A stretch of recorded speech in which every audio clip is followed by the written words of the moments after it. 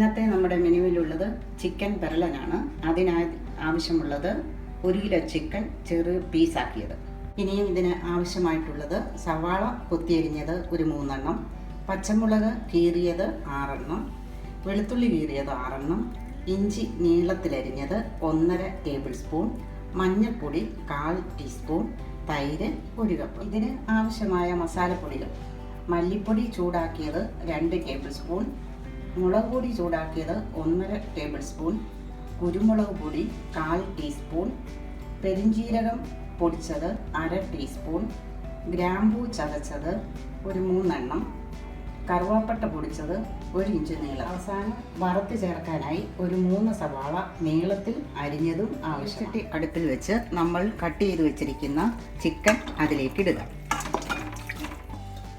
അതിൻ്റെ പിന്നാലെ നമ്മൾ അരിഞ്ഞു വെച്ചിരിക്കുന്ന സവാള, പച്ചമുളക്, ഇഞ്ചി, വെളുത്തുള്ളി, മഞ്ഞൾ എന്നിവ ഇടുക. അതിനുശേഷം നമ്മൾ എടുത്തു വെച്ചിരിക്കുന്ന തൈര് ഇതിലേക്ക് ഒഴിക്കുക. പിന്നീട് 1 കപ്പ് വെള്ളം ഒഴിക്കുക. അതിനുശേഷം പാകത്തിന് ഉപ്പിടുക.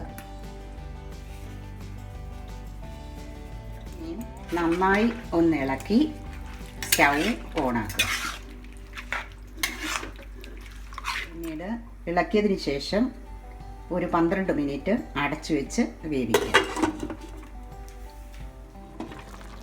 നമ്മുടെ ചിക്കൻ ഏതാണ്ട് പകുതിയിൽ കൂടുതൽ വെന്തിട്ടുണ്ട്. ഇനിയും അതിലേക്ക് നമ്മൾ എടുത്തു വച്ചിരിക്കുന്ന മസാലകൾ ഓരോന്നോരോന്നായി ഇടാം.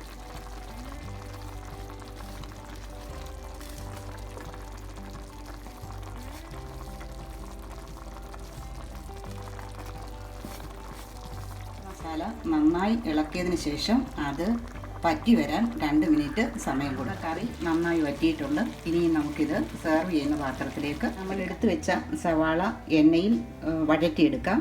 അതിനോടൊപ്പം 2 കരിവേപ്പിലയും കൂടി ഇടാം.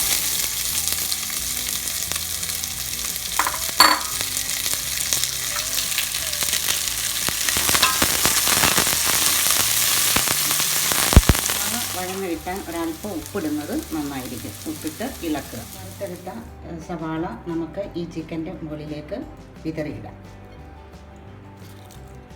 ചിക്കൻ പെരളൻ റെഡിയായിട്ടുണ്ട്.